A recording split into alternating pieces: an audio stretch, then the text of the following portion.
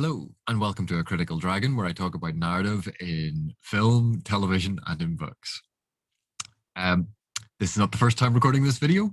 I've actually had to record it a second time now because this was a response to someone else's video that I thought was brilliant. I immediately recorded a response, set it to render, set it to upload, scheduled it to be released.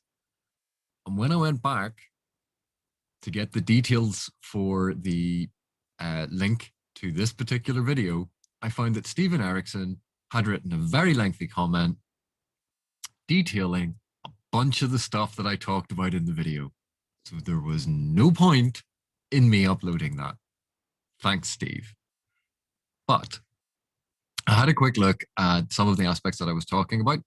And I think some of them are still of interest. So first things first, this is about constructing narrators in the Malazan Book of the Fallen series. There will be spoilers for the entire series. If you don't want spoilers for the entire 10-book series, don't watch this video. This is a response to Niflrog's video, where he talks about historicity and meta-narrative in the Malazan Book of the Fallen. It's absolutely excellent. I will include a link in the description below, possibly a snarky comment about Stephen Erikson as well. It is a brilliant video, brilliant analysis. Go and watch it. Absolutely fantastic. So, perversely, despite the length of what this video is going to turn out as, this is actually a relatively quick look at some of the aspects of how we construct narrative and the construction of narrators in the Malazan Book of the Fallen, and how we reconcile those apparent narrative contradictions and impossibilities from a diegetic perspective or a narratological perspective. In other words, I'm going to discuss narrators, narrative framing, points of view, perspective, and how understanding those things actually allows us to understand and reframe aspects of the Malazan Book of the Fallen, and in some ways recontextualize the narrative. So the first thing we need to think about in terms of narrators and authors and the difference between them. And then we're going to have a quick look at focalization and perspective and how they affect narration. And then I'll try and put it all together in relation to the Malazan Book of the Fallen. So one last warning before I continue, this video contains spoilers. I do not want to ruin the series for anyone. I've already done that once because I was not clear about spoilers. I don't mind ruining people's day with literary theory. I do mind ruining their reading experience with spoilers. So, spoilers. The headlines of basically where I'm going with this, and if you have a background in this stuff already, a lot of this will be straightforward. Stephen Erikson is a construct of author and is the author of 10 physical novels that exist in our reality and together are known as the Malazan Book of the Fallen. Kaminsod, the Healed God, is the fictional author of the fictional Book of the Fallen, which is a single volume referred to in the poems at the start and end of the Malazan Book of the Fallen. But Kaminsod is also the major narrator of the Malazan Book of the Fallen. And he is also a character, or Kaminsod, the Crippled God, is a character within the narrative. And these are not necessarily all the same entity. Each novel may have been recorded or written by Kaminsod, and so the main narrator is a constructed version of Kaminsod, and based both on supernatural prescience and knowledge, and on accounts and recounts of events that were relayed to him either naturally or supernaturally, and through manipulation of narrative conventions and metaleptic events. All of this was formed and assembled to make the Book of the Fallen, and that occurs post the end of The Crippled God, the novel, which is part of the Malazan Book of the Fallen. Krupp, as the significant narrator in Toll the Hounds, represents almost everything that's going on in terms of narrative and narration on a micro scale, or a smaller example of what the grander macro scale of narration is. And as an unreliable narrator, he privileges specific information in order to shape the perception of the narrative by the reader or the recipient.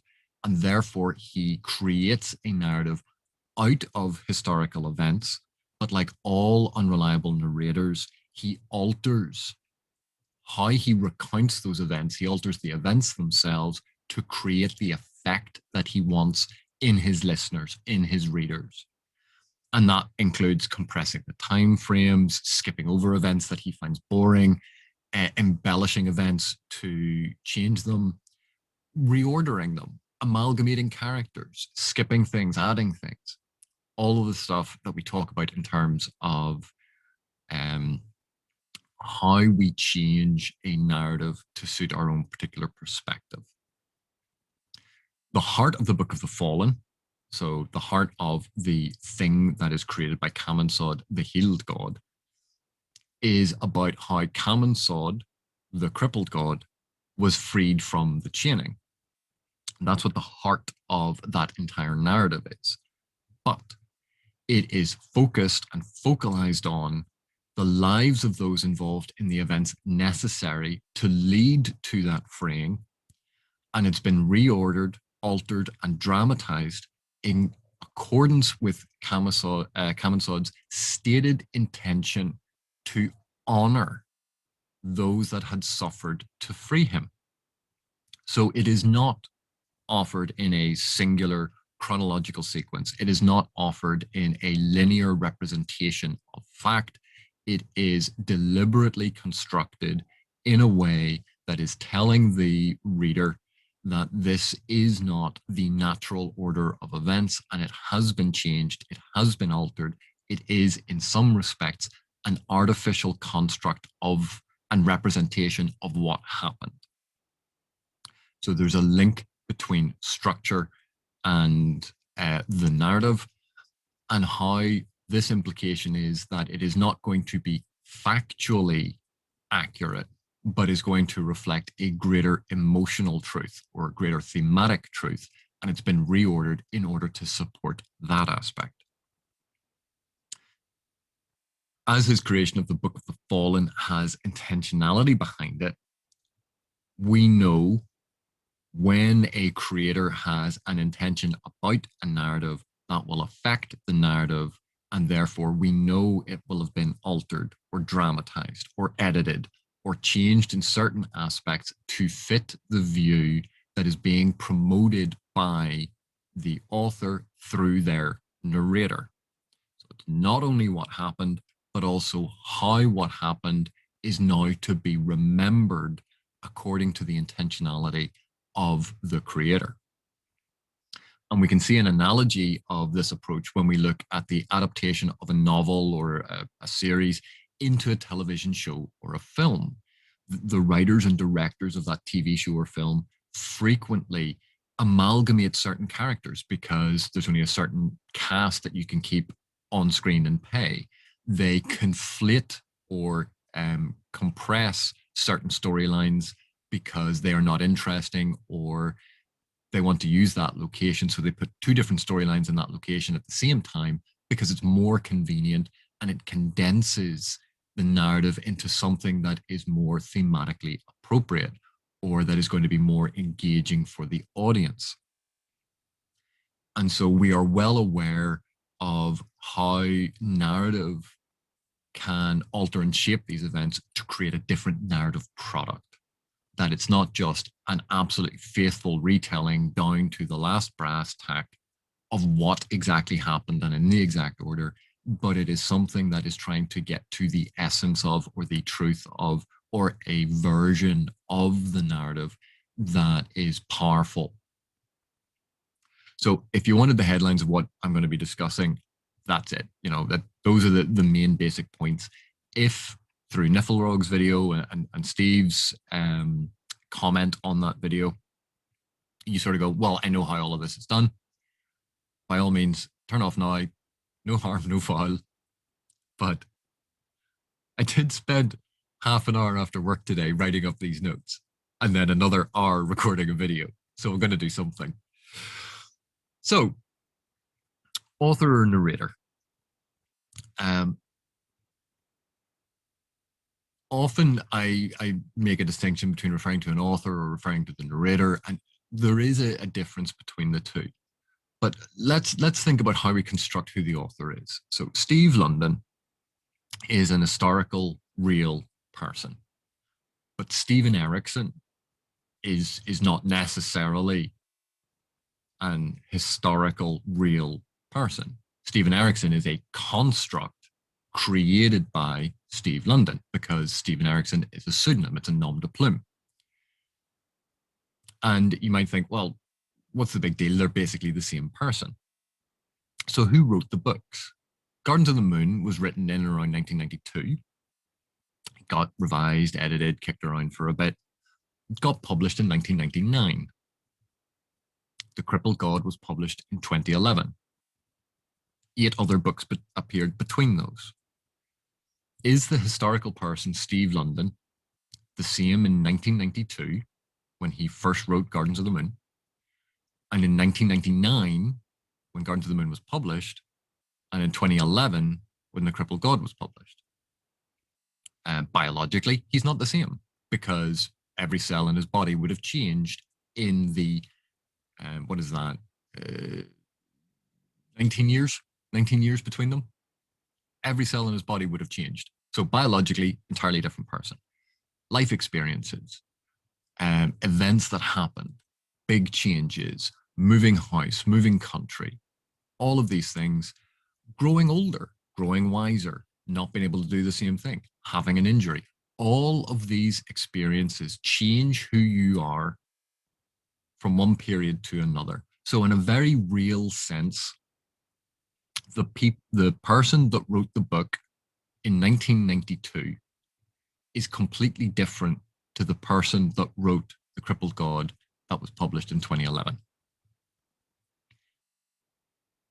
We can quite convincingly argue for a given set of principles that different people wrote those books. They're similar people, but they're different. And because Stephen Erikson is a construct created by Steve London, that construct has changed over time as well. Stephen Erikson has a public profile. He's given interviews. Are the views of Stephen Erikson, public author, the same as Steve London, private person? I don't know. But I know what I say in a public interview that's being recorded or broadcast may not be the same as what I say in private to a very close friend when I know it's not being recorded and there's no chance that anyone else will find out about it. Plus, I know what I think about certain subjects now is not necessarily what I thought about them 20 years ago. I had very different thoughts on various aspects of life, of politics, of economics. And that's all been shaped and changed over world events, political events, economic events, my own life, the situation I'm in. All of that has changed my perspective on these things. So for Stephen Erikson, the author, who is this construct of Steve London, surely his version of events will have changed as well. It hasn't remained static. So from a critic's perspective, and this is, we get into a bit of death of the author and why critics sometimes try to remove the author from consideration of a text. I will never know what Steve London was thinking in 1992 when he wrote Gardens of the Moon. I'll never know what Stephen Erikson was thinking in 1992 when he wrote Gardens of the Moon, or in 1999 when it was published. But I, as a critic or an analyst or a reviewer, can create in my mind a construct of author. And I often do that in shorthand, just say Erikson instead of Stephen Erikson or Steve Erikson or author. This is a fictional construct in my mind that is based on my reading of the text and elements that I can get from interviews and things that he has given over time. But that's my construct of that author. And in a lot of respect is not in any way the same as Steve London or Stephen Erikson, because those are both under his control. And you thought death of the author was mean to authors, and here not only am I saying the author is dead, I'm also denying the existence of the historical person. That's what he gets for commenting on a video before I have a chance to release it. But you might feel that all of this is unnecessary, that it's overly complicated. Stephen Erikson is very open about these things. He's given lots of interviews, and his views are relatively consistent. But the thing about this is not a theory cooked out of nowhere for no reason. This theory actually accounts for responding to texts where you don't know the author, where the author may have had multiple pseudonyms, where the author has a pseudonym that is a different gender or a different sexual orientation or race, where there are authors who, for whatever reason, are disguising their gender, ethnicity, or socioeconomic background. James Tiptree Jr. is a brilliant example of this, because The Women Men Don't See, which is a fantastic short story, garnered certain reviews. And then when it was revealed who James Tiptree Jr. was, a lot of those reviews had to be revised, because suddenly there was information about the author that was important. And that was where the fictional construct of author that these critics had created was entirely inaccurate, and it misled them in the reading of the text. Like I said, it sounds complicated, but it's fairly straightforward when you think about it. The critic isn't going to know the author. But in relation to this, we also have to make a distinction, just as we did with author and narrator and this sort of thing, between the Malazan Book of the Fallen, which is a 10-book series of novels that exist in our world, and the Book of the Fallen, which is the tome referred to in the poems that we find, in Gardens of the Moon, and it then ended in The Crippled God. The Malazan Book of the Fallen was published with covers, cover illustrations, front matter, publication information, dedications, different page numbers, blurb on the back, quotations from critics or reviewers. The Book of the Fallen doesn't have any of that. The Book of the Fallen is a fictional artifact that exists in a fictional world, and it doesn't have any of those things. It doesn't have those covers, it doesn't have those illustrations, it doesn't have the book blurb, it doesn't have the publisher's data in it. So while quite often we think of what Kaminsod has produced as essentially what we are seeing in front of us, they're not. They are different things. And in fact, the Book of the Fallen doesn't exist in the world, in the Malazan world. It doesn't exist there. We also know it doesn't exist here in this world, because there is no Book of the Fallen. We have the Malazan Book of the Fallen by the author Erikson, whereas in Kaminsod's world, there is Book of the Fallen, which was created by him. And in the Malazan world, neither of them exist. And so what these poems are doing is they create a framing narrative, because the poem talks about taking up this tome that is aged, it's historical, it's been there a while, and it's a single giant leather tome. It's oil stained, it's weathered, and a reader is going to crack it open and go through the Book of the Fallen and read about all of this stuff. And so we can look at it simply as a narrative conceit, that this is giving a sense of historicity, or a sense of historical importance, that this is a found historical text, and we're now seeing a reproduction of it in the Malazan Book of the Fallen. That's what this framing narrative tries to confer. It's giving a sense of time, and a sense of importance, and a sense of weight to these events. And then at the end of The Crippled God, as it closes and that book is closed over and thus ends the Book of the Fallen, we know we've reached the conclusion, a finality. This is the end. But again, we get that sense of quite literal closure.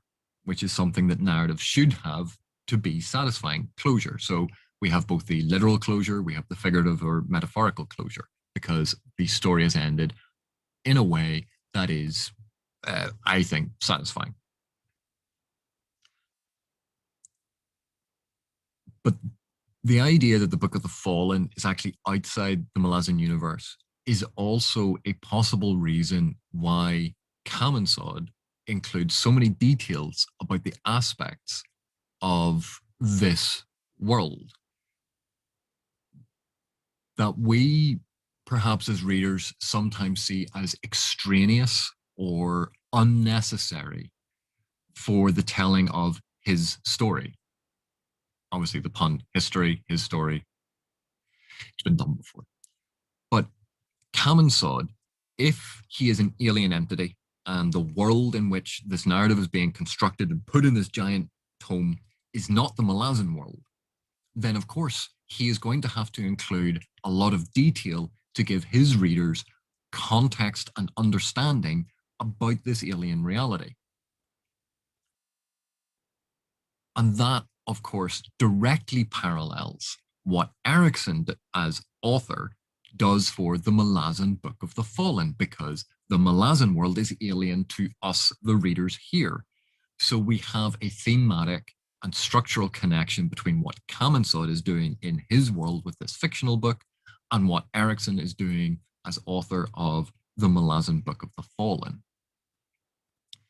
So this then brings us on to the next step, talking about narrators. And obviously, a narrator is clearly different from author. We can think of the author as the entity that created the physical object, but the narrator is really the teller of the story within the object.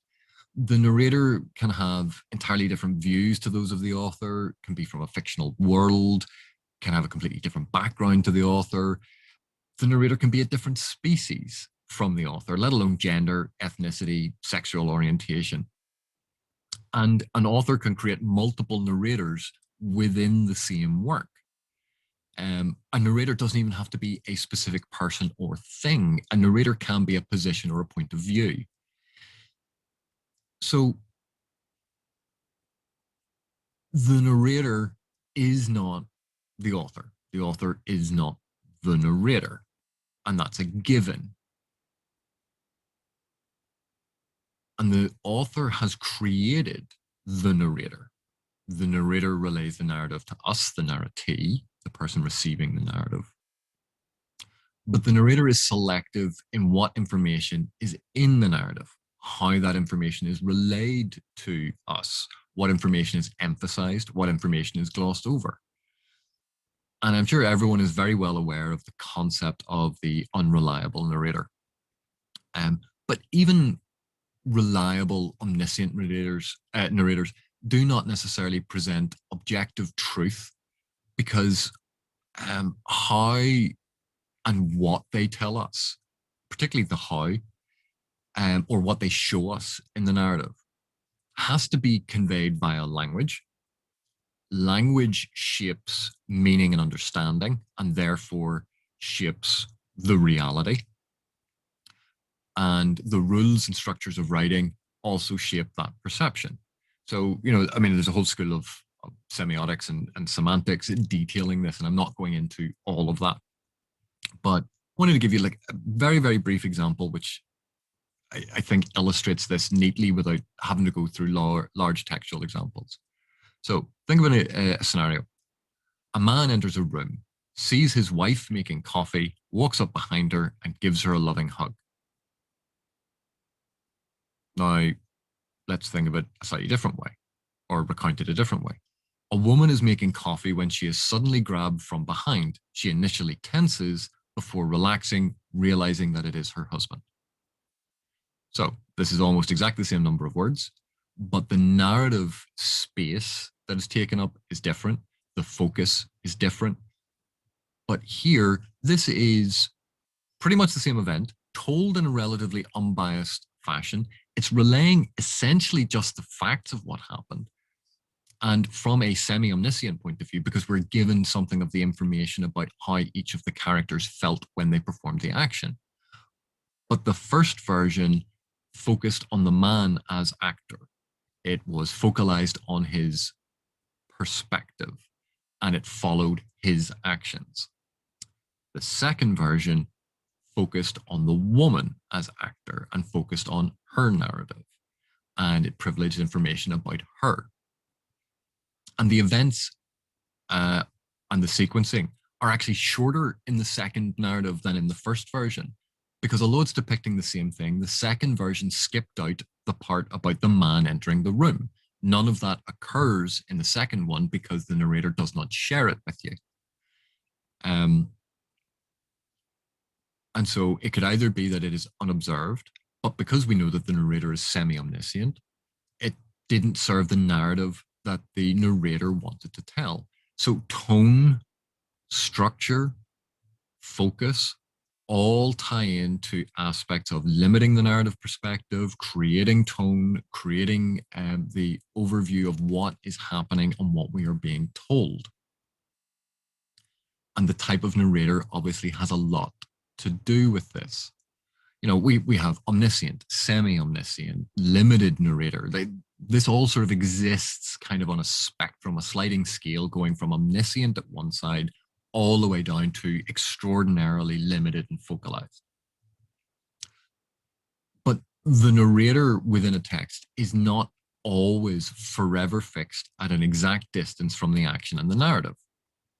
There can be movement as the narrator moves in for a closer look or closer examination of action or emotion and to examine the narrative. But the narrator can also take a step back and remove that closeness, which creates distance between the reader and what's going on in the narrative. And that can be an emotional distance or even a physical distance. And this can be very deliberate on the author's part. There can be a huge amount of intentionality and deliberation in this, that an author is specifically doing this to create that effect. Equally, sometimes authors shift focalization accidentally or unintentionally.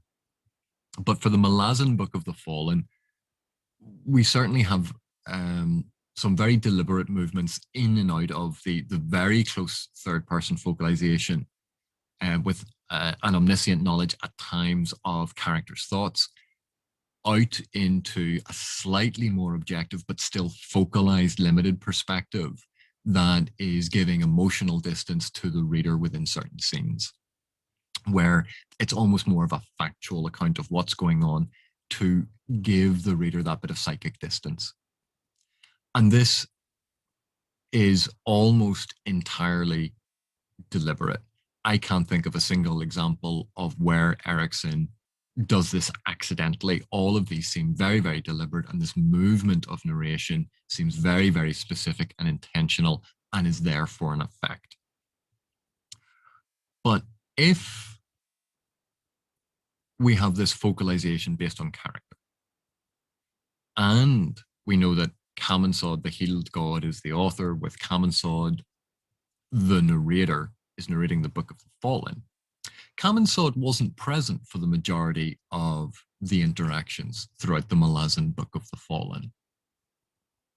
So how does he know about what happened at the Siege of Pale? How does he know about Shadowthrone's conversation with the demon Apt in Deadhouse Gates and in the Realms of Shadow? How does he know about what is happening within Dragnopur? How does he know about private conversations between Akarium and Mappo? He wasn't there. He couldn't have known about them. Many of these interactions were never relayed to him, never communicated to him. The witnesses never sat down with him to discuss their stories. And this brings me to, before I answer all of this, to a discussion about diegesis. And diegesis, it might sound complicated, but it's a very simple concept.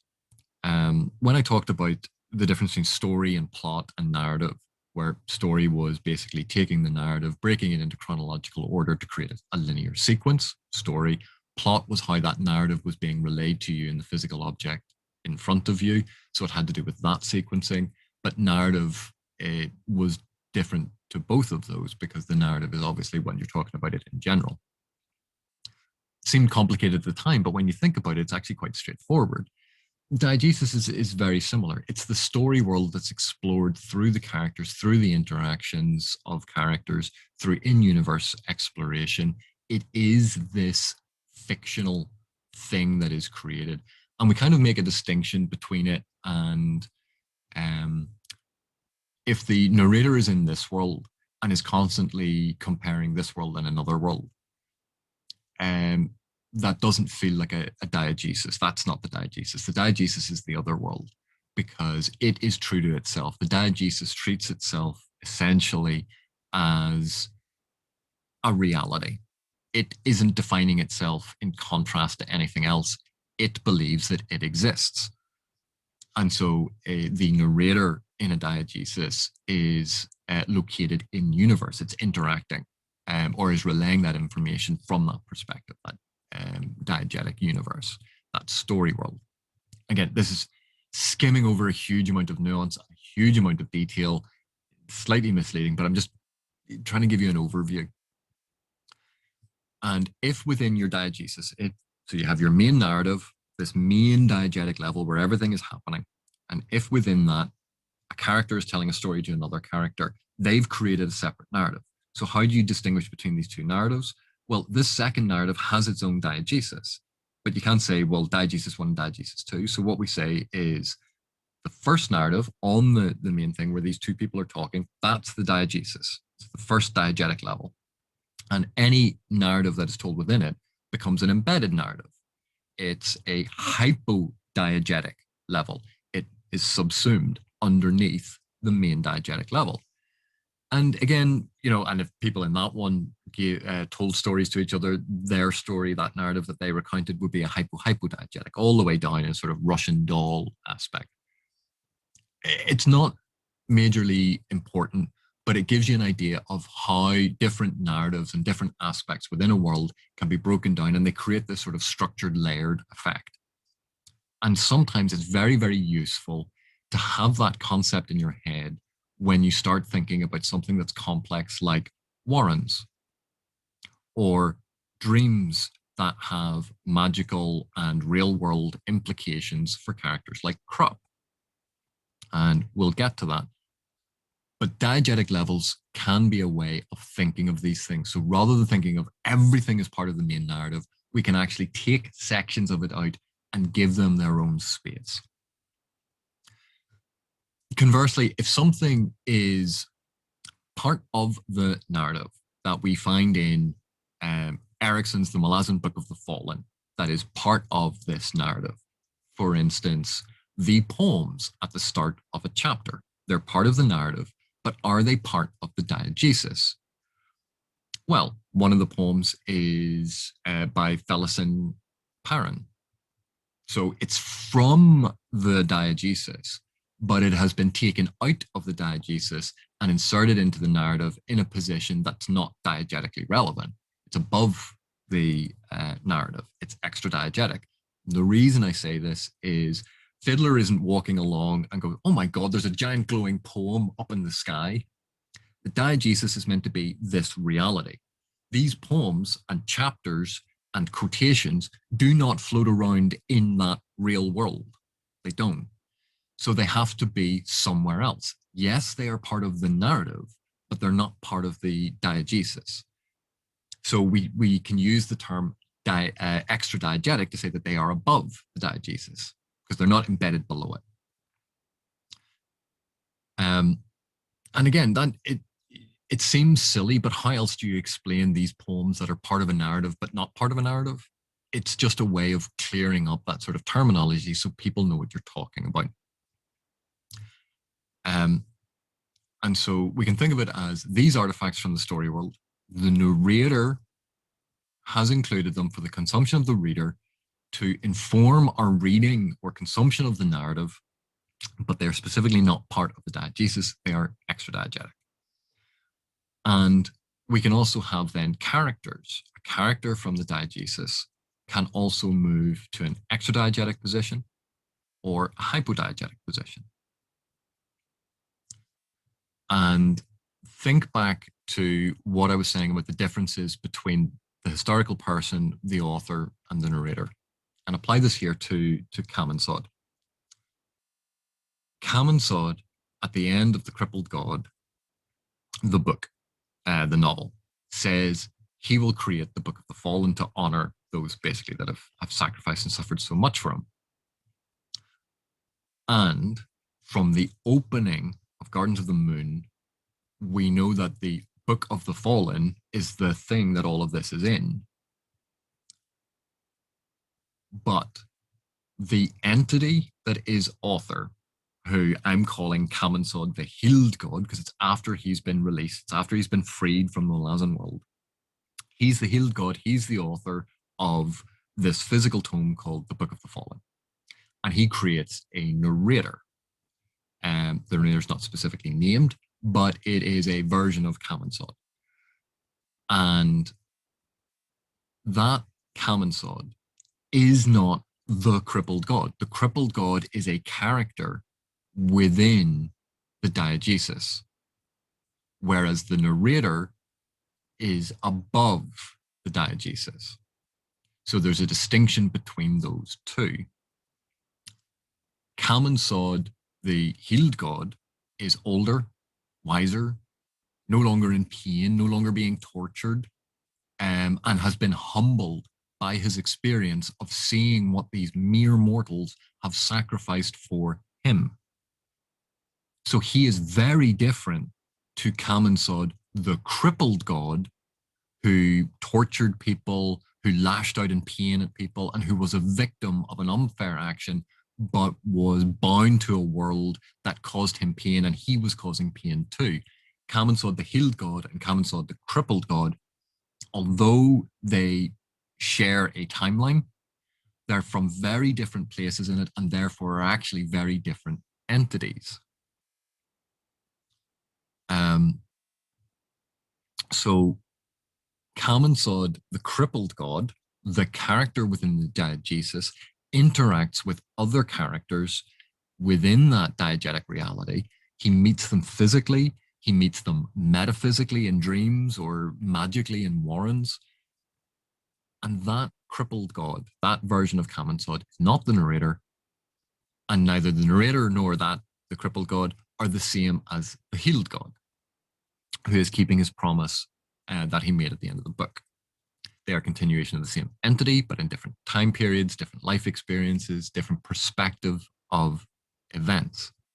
So again, something really terrible happens and you're horrendously embarrassed and it's absolutely awful and you're mortified and you glow bright red and it's happened in public and it's a really horrible experience. And then 2 weeks later, you're having to tell someone about it and it's not quite as bad because, you know, you've had some distance on it and you've had some time to think about it. You're still a wee bit ashamed about it, but it's not terrible. And then 10 years later, you're sitting with your friends and you go, do you remember the time when? And you tell it as this hilarious anecdote because so much time has passed that you now see it as a very funny story. You have time and perspective on it. Think of that here as this distance. So looking specifically then at how Krupp figures into all of this, specifically Krupp in as the narrator of Toll the Hounds. Krupp has always, Krupp speaks in the third person. So we as readers are very well used to this affectation. And when you think about it, Krupp speaking in the third person is him creating a narrative about what is occurring all around him. And he's creating it in real time. And that narrative is not necessarily the same as the factual evidence of what is occurring. It is his interpretation or his version of that evidence. If you think of him when we first meet him in the Phoenix Inn, and he's discussing what's going on at the table, his version of events seems very different from what the others are experiencing. And this seeming stream of consciousness, the monologue, is a deliberate and artificial construction that Krupp is deploying to create an effect in everyone around him, in his listeners, in a sense, his narratees, the people he is narrating to. He lulls people into misunderstanding him. into underestimating him by creating this perception of his character through his narration and performance that is significantly different to the physical or actual reality of who he is. He creates this character version that stars in his own narrative, and he is creating it in real time. So think about how we extend that concept to Krupp as narrator. Krupp is already a natural narrator, and Krupp has created multiple narratives already within the diegetic reality, because if you think about it, Krupp is a mastermind ve'il. He's a master thief. He's a master mage. He has all of these things. He has all of these points of connections, but he's also the bumbling fool. He's also the innocent cherub. He's also the slovenly person that you shouldn't be scared of. Krupp has created all of these different versions of himself with different people. And so they all perceive him differently, even though there is only one Krupp. But all of these different versions of Krupp all seemingly exist all at the same time. So this technique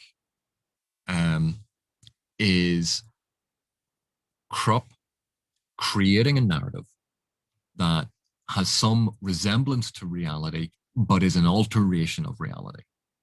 We've seen him do it in conversation, and this is what he is doing as narrator. And one of the interesting things about Krupp, and why I brought up the sort of the diegetic levels, is Krupp has been in communion with the crippled god in Krupp's dreams. And Krupp's dreams are fascinating because they transcend the narrative space. The narrative space. In some ways, they break the diegesis into what's called a metaleptic event, where the diegetic levels break down, because Krupp's dreams do not necessarily conform to the rules of time and space and cause and effect that are established in the diegetic reality. Think of when he meets the Bonecasters in Gardens of the Moon. Is Krupp's mind traveling back in time all of those hundreds of thousands of years to meet the Bonecasters? Or has Krupp's mind from the narrative present called those things, their minds forward in time to meet Krupp? Or is this dream essentially happening in a place where the rules about time and space, where diegetic reality is entirely different and entirely separate to the main diegesis? It's not an embedded narrative, it's a completely different narrative. And this is sort of a metaleptic event, because you can't really have two diegetic realities coexisting. And so Krupp is one of these characters that has the ability to breach diegetic levels and to take information from one level that he shouldn't be able to access and have access to it. And the crippled god is another being that we see do this, because the crippled god invades warrens, invades realms, invades dreams. The crippled god is this pervasive but alien touch on the entire diegesis. So we see it represented metaphorically, we see it represented physically, and we see it then obviously structurally in Toll the Hounds, where if Toll the Hounds, the narrator of Toll the Hounds is for the most part Krupp, but aspects of it still are narrated by the crippled god. So there's a nice structural connection there.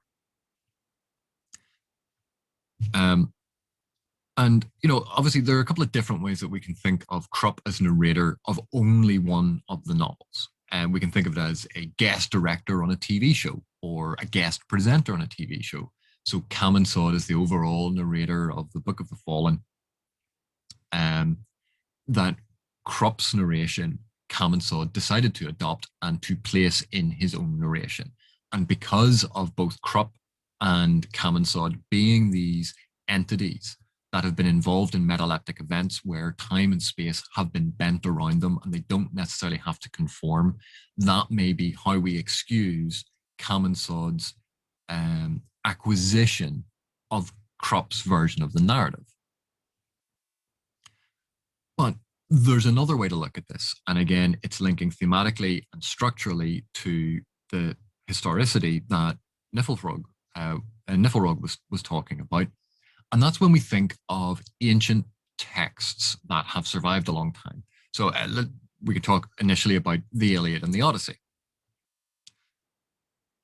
If the Book of the Fallen created by Camansod that we see in the opening poem of Gardens of the Moon and in the end, and then in conclusion of Crippled God, if that Book of the Fallen is comparable to something like the Iliad or the Odyssey, we know over time there's no such thing as the original version of the Iliad or the Odyssey that we are currently aware of. All of the versions and the oldest versions that we have found of it are composites of multiple texts where we have sections are written in one dialect that is hundreds of years older than another dialect, that there's one version of the language and another version of the language. We quite often see Bronze Age descriptions sitting cheek and jowl with Iron Age descriptions, which suggests that there were different time periods when aspects of the narrative were constructed, and they were either handed down and slowly composited over time, or later authors or poets or people who decided to recite it changed it to suit their purposes. So the text itself has aged over time. And even within the, I think it's within the Odyssey, Odysseus, his grandfather is Hermes. He's a descendant of Hermes, the god. And when he meets Hermes, Hermes doesn't recognize him and he doesn't recognize Hermes. Hermes doesn't want to help his own grandson on this quest. Athena does. And you go, but Athena, why is the goddess of wisdom and the goddess of strategy helping the trickster, the liar, the scoundrel, the rogue that is Odysseus? And you go, well, maybe this part of the narrative became popular and got added in when Athens was a political center and you wanted to show respect to the Athenians. So you put their patron front and center in the narrative. So we know that historical texts that have existed for a long period of time, can be altered over time by people who have transcribed them or people who have altered them for their own purposes. And what we are told in the poem is this is an exceptionally old book. How do we know that this is the original that Camansod created? We don't. And so because we have this thematic analogy to the ancient texts from our own world, and we know that these things get altered over time, that they get changed over time to suit themes, to conflate events, to create something that's more compelling, we then have that structural point of connection to the fact that the narrative is non-linear, that the narrative is unreliable, but the narrative has at its heart a truth and a resonance that is going to a very specific theme. Another way of looking at this is that Camansod as a supernatural entity, that the healed version, the healed God version of Camansod is both outside the diegesis because he has left the Malazan narrative universe, but we have no idea what his powers are and what omniscience he may or may not have. Camansod could be outside of the Malazan universe where he was bound and therefore his powers were limited. Outside of that, he may be omniscient. And so when he looks at the Malazan universe, he may be able to look all the way back in time. Certainly he refers to the, I think at one point he refers to the jade statues as others, as if there's some sort of point of connection between him and the jade statues. When Haboric touches the jade statues, he gains that ability to see back in time, to see a version of the truth of something. So there is a suggestion, a hint that one of Camansod's abilities, his powers or his aspect, is this ability to see truth or to see through time. And that's certainly interesting. It's not definitive. I'm not saying it's definitive, but it's an interesting way of kind of looking at it. We also know that Camansod is unashamedly admitting that he's not going to be objective. that he's not going to be factually true because he wants to create something that is going to honor those that sacrifice so much for him. And because of that, he wants something that has the ring of truth, but goes to those things. And I think because he chooses then a focalized, specific narration with this third person close focalization, and he places the narrative perspective so low down on the shoulders of these mortals, rather than from an omniscient deity, godlike perspective. He's placed it on the shoulders of these mortals because he has learned from his interaction. He's been humbled, but he lowers the narration to their level because it's about honoring them. It's not about telling the big historical events that occurred. It's about honoring the people he met, honoring the people who sacrificed so much. And if you remember, there's a sequence in Deadhouse Gates where Coltrane accidentally demotes a captain, and he says, and Duiker comments, perversely, the sappers think of that is the same as all of them being raised up because the captain is now the same rank as them. Kamensaud, by lowering himself to that mortal perspective, is in essence raising the importance of the mortals within the narrative, elevating them to his level, elevating them to godhood. And of course, we see that reflected in what happens to the bridge burners as a literal ascension, but this is a metaphorical ascension within the narrative structure. Obviously, then, as I'd said, as an existing historical text, admittedly in a fictional world that's not Malazan, the text could have been altered or changed over time, transcribed or translated, reconstituted. Is there an original version of Shakespeare's play? No. We have multiple folios and different editions of Shakespeare's plays that part of it may appear written in one hand, part of it in a different hand. That's why there's such confused provenance over who wrote all of Shakespeare's plays.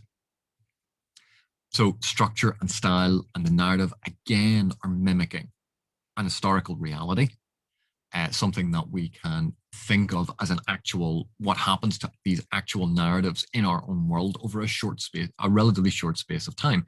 And that adds authenticity and verisimilitude to what we are experiencing, which again elevates the narrative and gives it that sense of believability. And because Kamensaud has this explicit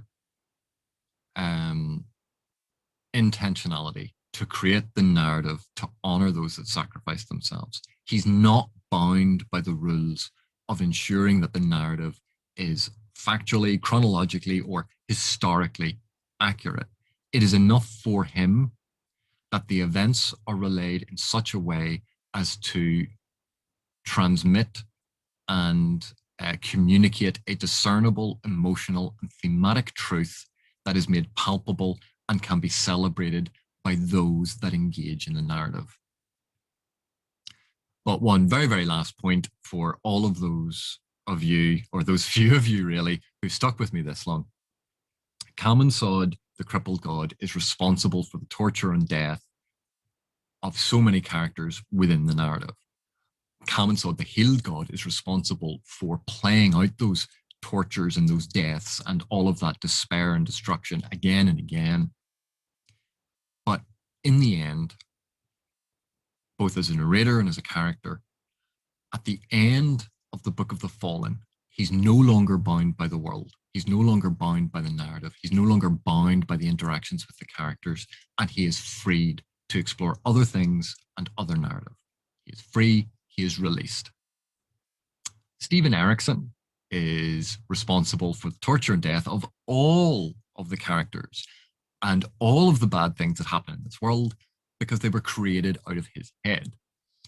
But with the end of the book, with the conclusion of the crippled god, an ending that is bittersweet. There is release, there's a sense of closure, but there's a sense of loss. Like this has been a strong emotional journey.